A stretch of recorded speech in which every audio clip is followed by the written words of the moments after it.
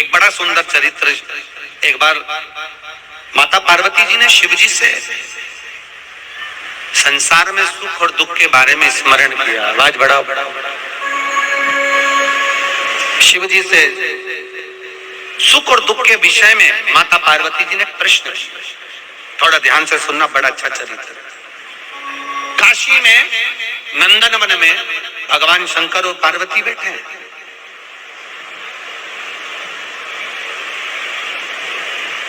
और नंदन वन में जब माता पार्वती और शिव जी बैठे थे तो पार्वती जी ने शिव जी से एक प्रश्न करा कि जीवन में सुख और दुख कितने विचित्र हैं, ये क्यों आते हैं? सुख मिला तो क्यों मिला और दुख मिला तो क्यों मिला? ये माता पार्वती जी ने शिव जी से प्रश्न किया। शंकर भगवान ने बड़े भाव से इस सुख दुख के चरित्र का वर्णन किया। शिव जी कहते हैं, सुनो पार्वती, मैं तुम्हें एक चरित्र सुनाता हूं।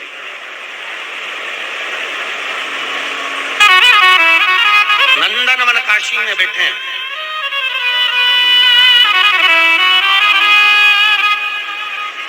और नंदन वन काशी में बैठकर भगवान शंकर पार्वती जी से कर मैं तुम्हें एक चरित्र सुनाता हूं। एक सेठ जी, करोड़पति, धनपति, अरबपति, बहुत पैसा, दुनिया का सारा ठाट सेठ जी के पास में, दुनिया का सारा वैभव सेठ जी के पास में, करोड़ों का धन सेठ जी के पास में, गाड़ी बंगला सब कुछ सब दिया परमात्मा ने, बहुत दिया। पर सेठ जी कंजूस थे और उन्होंने अपनी जिंदगी में आज तक एक चवन्नी का दान नहीं किया, कभी किसी को एक गिलास पानी नहीं पिलाया।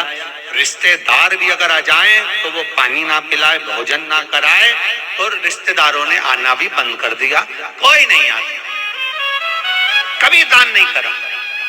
और उसके यहाँ का नियम था, सेठ जी के 3 बेटे, सेठ जी के तीनों बेटों में से 2 बेटों की शादी हो गई, एक बेटा कुंवारा था, सबसे छोटा वाला। छोटे बेटे की शादी होना थी, सेठ जी ने संबंध देखा और बच्चे का विवाह करा। छोटी बहू घर के अंदर आ गई। छोटी बहू आई तो घर की जो जेठानियां थी, दोनों जेठानियों ने छोटी बहू को अपने कमरे में बिठाया और बिठाकर समझाया, सुनो,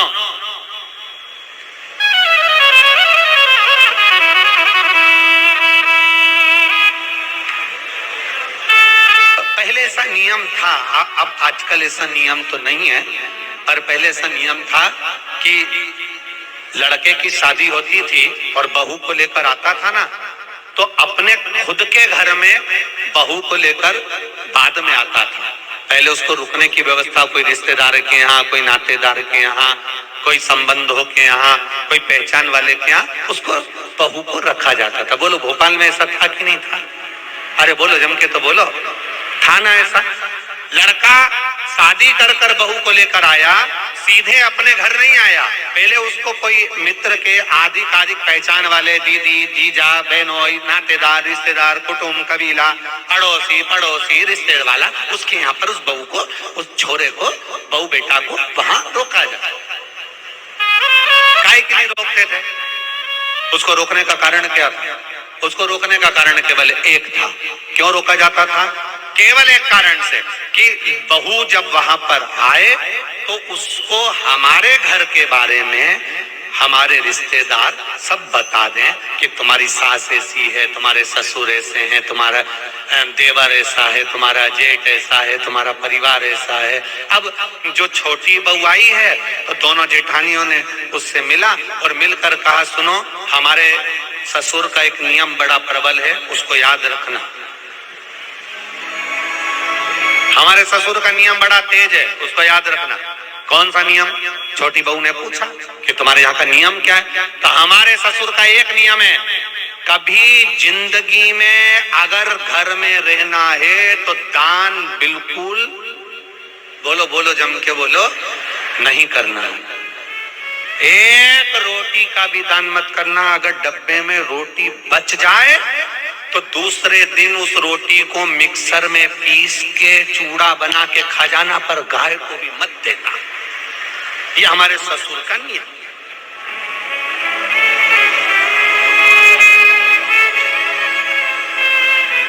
मेरा विश्वास कहता है अपने भोपाल की तो ऐसी बहू नहीं होगी और ना ऐसा कोई रिश्तेदार होगा कि रोटी गाय को भी ना दी जाए, कुत्ते को भी ना दी जाए और पक्षी को भी ना दी जाए। एक विश्वास कहता है मेरा, भरोसा कहता है मेरा, और हमारा भरोसा ये कहता है कि सनातन धर्म में ऐसा कोई व्यक्ति नहीं जो गौ माता को एक रोटी ना देता हो, सब देते हैं। सनातन धर्म में ऐसा कोई, हम दूसरे की कोई बात नहीं कर रहे, हमें अपने घर से मतलब है, हमें अपने घर से। कई लोग आपको मिलेंगे, कई लोग आपको कहने आएंगे, वो दूसरे की बात करेंगे कि उन्होंने ऐसा कर दिया, उन्होंने वैसा कर दिया। हमें दूसरे धर्म से कोई मतलब, हम अपना घर देखें ना पहले। आज के समय में लोग अपना घर देख नहीं रहे, अपना सनातन धर्म देख नहीं रहे और दूसरे धर्म से मतलब रखे तो क्या मतलब है? हमें अपने से मतलब है, अपना घर हम देखें, अपना परिवार हम देखें। कहा हमारे यहाँ का नियम है, एक रोटी भी गाय को ना जाए, एक रोटी भी कुत्ते को ना जाए, जरा सा भी दान नहीं करोगे। छोटी बहू से कहा नियम याद रखना। छोटी बहू ने मन में सोचा मेरे पिताजी तो हमेशा कहते थे कि दान करो, धर्म करो, साथ जाएगा। दान करोगे साथ जाएगा, रोटी खिलाओगे साथ जाएगा, किसी को पानी पिलाओगे साथ जाएगा। ये बाकी का तो सब यहीं छूट जाएगा। बाकी का जो तुमने दान धर्म पुण्य करा, कथा सुनी, स्मरण करा, कीर्तन करा, मंत्र जाप करा, दान दिया, यही तो साथ जाएगा। अब इस छोटी बहू के पिताजी ने से ये समझाया था और ससुर जी कह रहे कि एक अन्न का दान नहीं होना चाहिए, एक रुपया दान नहीं होना चाहिए। बड़ी बड़ी ठीक है। जाई विधि राखे राम, वो जम के बोला करो जरा, ताई विधि रही। हम तुमसे बार बार इसलिए बुलवाते हैं कि तुम्हारे पास में कोई बैठी हो और वो कर रही हो तो तुम उसके पास में बैठकर कम से कम बोल तो दो। जैसे ही बोलोगी वो भी जाग जाएगी, थोड़ी बहुत तो उठ ही जाए। अब छोटी बहू ने कहा ठीक है, जाई विधि राखे राम, ताई विधि, और सीताराम सीताराम सीताराम कही चालू। बहू रहने लगी। 4 महीने बीते, बहू छज्जे में कपड़े सुखा रही थी, गैलरी में कपड़े सुखा। नीचे एक भिखारी आ गया,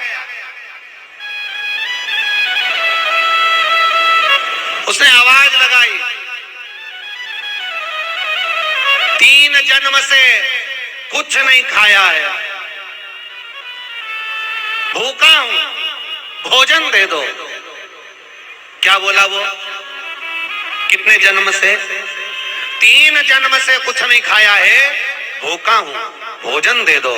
बहू कपड़े सुखा रही थी, उसकी आंख में आंसू भर गए। हमारा नियम है, हमारे ससुर का नियम है, दान नहीं कर सकते। अब बोलूं तो बोलूं क्या? छोटी बहू अपने पिता के संस्कारों को छोड़ ना पाई और ऊपर कपड़े फटकते फटकते, कपड़े को जब पानी से निचोड़ते हैं, निचोड़ कर सूखने डालते हैं, एक बार फटक देते हैं। फटकने का मतलब ये होता है कि पानी झड़ जाए से मतलब नहीं होता। फटकने का मतलब ये होता है उसमें जो सल है वो अच्छे हो। फटका, और फटकते समय तार पर गैलरी में कपड़ा डालती डालती बोली,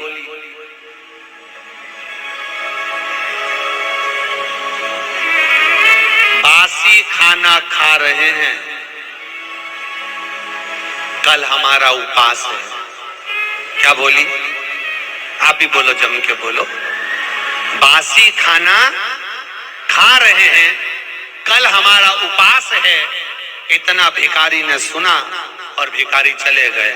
अब भिखारी तो चले गया, पर नीचे जो कुर्सी डाल के अखबार पढ़ रहा था, कौन? जम के बोलो, ससुर। बस उसने सुन लिया। अच्छा हुआ तुमने ससुर बोला हो, नहीं तो एक जगह कथा कर रहे थे, उन्होंने कह दिया एक भिखारी तो चले गया, पर नीचे जो कुर्सी डाल के अखबार पढ़ रहा था, तो लोगों ने कह दिया वो भी। भोपाल के लोग, एक बात तो है, इस मामले में समझदार बहुत है। जबरदस्ती लोग भोपाली लोगों का, भोपाल के लोगों के कह देते हैं साहब माँ तो इतनी गाली बकते हैं, माँ तो ये साड़ा तेड़ा बोलते हैं, साहब माँ तो बात बात में अपशब्द कह देते हैं। हमने देखा, अभी हमको भी यहाँ पर 3 दिन हो गए, सब अच्छे से ही बोल रहे हैं, सब अच्छे। एक भी ऐसा नहीं मिला जो गड़बड़ बोला, एक भी। बड़े भाव, वो तो दुनिया के लोग हैं, कहते रहेंगे अपन तो अपना भजन करो। भिखारी चले गया, कुर्सी डालकर अखबार पढ़ रहा था, कौन? ससुर। और अखबार पढ़ते पढ़ते उसके कानों में शब्द गया कि बहू ने कहा बासी खाना खा रहे हैं, कल हमारा उपास है। भिखारी तो गया, ससुर को क्रोध आ गया और ससुर को गुस्सा आया, बताओ कल की आई बहू 4 महीने नहीं हुए, इसको कौन सा बासी खाना खाने को दे दिया और कौन सा इससे उपास करवा दिया? इतना अच्छा खाना मिल रहा है, रोज ताजा खाना खा रही है, अच्छे से रह रही है, इसका पति कमा रहा है और हम उपास करा रहे हैं। ससुर को क्रोध आया, उसने दोनों बहुओं को बुलाया, बड़ी बहुओं को बुलाकर कहा अब इस बहू को मैं अपने घर में नहीं रख सकता, क्योंकि इसने मेरी बदनामी कर दी भिखारी के सामने, मेरी बदनामी कर दी है भिखारी के सामने।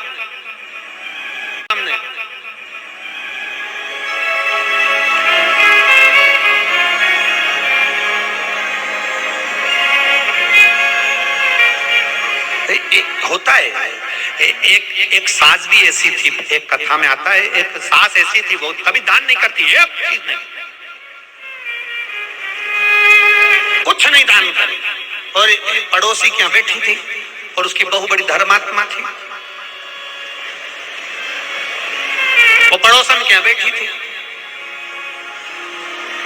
भिखारी आया, भिक्षा मांगते मांगते इसके घर गया, बहू से कहा भिक्षाम देही। बहू ने तुरंत उठाकर एक कटोरी आटा भरकर उसको दे दिया। अब ये भिक्षा मांगते मांगते पड़ोसन क्या गया, ये भी वहीं होटले पे बैठी थी सास भी। इतने में तुरंत सास ने वहां पर आवाज लगाया, भिक्षुक ने, माता भिक्षाम देही, तो पड़ोसन ने भी उसको भगा दिया। तो इसने, जो यहाँ बैठी थी पड़ोसन, इसने पूछा क्यों, वो 3रे नंबर के घर पर गए थे क्या? हाँ। कुछ दिया क्या? हाँ। क्या दिया? 1 कटोरी आटा। इसने इतने में भिखारी का हाथ पकड़कर बुढ़िया लेकर अपने घर गई और बहू को बुलाया, बहू, ए बहू। बहू आई, क्या है माँ? तूने भिखारी को 1 कटोरी आटा दिया? हाँ। किससे पूछ के दिया? किसी से नहीं, अपना घर है, दान करना चाहिए। इतने में सास को गुस्सा आया और भिखारी से कहा, भिक्षुक से कहा, तुमने मेरे घर से आटा लिया? हाँ। वापिस दो।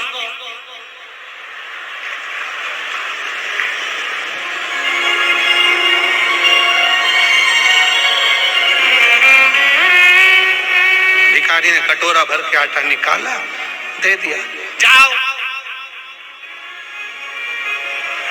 इस घर में मेरी चलती है, मैं बोलूंगी तो बहू आटा देगी और मैं बोलूंगी तो नहीं देगी, जाओ। मैं जब तुमसे बोलूंगी तुम आओ, तुम आना, फिर मैं आटा। अब भिखारी ने फिर बोला, माता भिक्षाम देही। सास ने कहा, कटोरी भर के आटा दो। बाहर खड़े भिखारी ने सास से पूछा, तुम ऐसा क्यों करी? सास ने कहा, आज से ही नई नवेली बहू की घर में चलने लगेगी तो मेरी कभी नहीं चलेगी, इसलिए मेरी चलना चाहिए, इसलिए मैंने ऐसा मेरी चलना चाहिए। अब ससुर जी बैठे थे, ससुर ने बहुओं को बुलाया, इसने तुम्हारी इज्जत खराब कर दी। ये कह रही है कि बासी खाना खा रहे हैं और कल हमारा उपवास है। बताओ कौन सा बासी खाना खिलाया इसको? कल की आई हमें बदनाम कर रही है। अब तुरंत ससुर ने पत्र लिखा और समधी जी को भेजा, आप अपनी लड़की को लेकर चले जाओ, क्योंकि ये हमें बदनाम कर रही है, ऐसी लड़की हमें नहीं रखना, हम इसको ताजा खाना खिलाते हैं, ये बासी खाना खाने की बात करती है। एक भिखारी को इसने ऐसा ऐसा बोला है। और समधी के पास पत्र गया, समधी की आंख में आंसू भर गए। मेरी बेटी को 4 महीने हुए हैं शादी को, कैसे लेकर आ जाऊं? और मेरी बेटी ऐसी है ही नहीं, मैंने उसको संस्कार दिए हैं, वो कभी गलत कर ही नहीं सकती, ये मेरा विश्वास कहता है, ये मेरा भरोसा कहता है। मैं कैसे कह दूं कि मेरी बेटी ने कुछ गलत कहा होगा, कि मैं भूखी मर रही हूं या मैं उपवास कर रही हूं या हम बासी खा रहे हैं? ये मेरी बेटी बोल नहीं सकती, भले बासा खा लेगी पर बोल नहीं सकती। आखिर हुआ क्या है? ससुर ने, समधी ने पंचायत बिठाई और पंचायत में बैठे हुए लोगों से कहा, क्या मेरी बेटी ऐसी है? नहीं, तुम्हारी बेटी तो संस्कारवान है, ऐसा बोल ही नहीं सकती। बुलाओ समधी को। और बुलाया सेठ जी को। बोलो सेठ जी क्या बात है? सेठ जी ने कहा, ये खड़ी लड़की, ये खड़ी मेरी छोटी बहू, इसने भिखारी से कहा हम बासी खाना खा रहे हैं और कल हमारा उपवास है। पूछो नहीं बोला कि इसने रोज ताजा खाती है, चाय बनाकर पीती है, दूध पीती है, गरम गरम भोजन करती है, फिर इसने कैसे कह दिया कि बासी खाना खा रहे हैं और कल हमारा उपवास है? इतने में पंचायत ने बेटी से पूछा, बेटी बता कि बासी खाना खा रहे हैं, कल हमारा उपवास है, तूने भिखारी से ऐसा क्यों कह दिया? बेटी कहती है, मेरे पापा कहते थे ये जो मकान दिख रहा है, जो ये दुकान दिख रही है, जो ये गाड़ी दिख रही है, ये हमने पूर्व में करा होगा, बासी है, पुराना करा था तो आज मिल गया, और अगर आज नहीं करेंगे तो कल भूखे मरना पड़ेगा, इसलिए उपवास करना पड़ेगा। ये बासी है, 50 लाख की गाड़ी में घूम रहे हो, समझ लेना पूर्व का हमारा पुण्य है। अच्छा भोजन कर रहे हो, समझ लेना पूर्व का हमारा पुण्य है। खूब धन है तुम्हारे पास में, समझ लेना पूर्व का हमारा पुण्य है। आज अपना राशि ठाट है, ये पूर्व का पुण्य है। हमने पूर्व में कुछ अच्छा करा होगा, बासी खाना खा रहे हैं, पूर्व का करा था, आज हमें सुख मिल रहा है। और अगर आज हम दोनों हाथों से नहीं करेंगे तो कल 3 बत्ती चौराहे पर कटोरा लेकर भीख मांगते हुए भूखे मिलेंगे। पूर्व का कर्म है। हम आपको लोग सलाम ठोक रहे हैं, आपको लोग नमन कर रहे हैं, आपको लोग प्रणाम कर रहे हैं, आपको लोग दंडवत कर रहे हैं, आपको लोग नमन कर रहे हैं, आपकी लोग बात सुन रहे हैं, आपका जय जयकार हो रहा है, आप गाड़ी में घूम रहे हैं, 4-4 बंगले आपके पास में हैं, खूब अच्छा मकान, खूब अच्छी पत्नी, बच्चे, परिवार, कुटुंब, कबीला सब अच्छा मिला है। समझ लेना उस परमात्मा की कृपा है। दोनों हाथों से पुराने समय में करा था, इसलिए आज मिल गया। आज दोनों हाथों से करते हुए चलना, तो अगला जन्म जब मिले तो भगवान फिर टूटमान होकर देता चले, इसलिए दोनों हाथों से लुटाते चले। आज बासी खाना, बोलो बोलो जम के खा रहे हैं। पति अच्छा मिला है, समझ लेना अच्छा परिवार मिला है, समझ लेना अच्छा घर मिला है, समझ लेना सुनने को कथा मिल रही है, समझ लेना पूर्व में कुछ अच्छा करा होगा, आज मिल रहा है। पूर्व में अच्छा करा, आज मिल रहा है।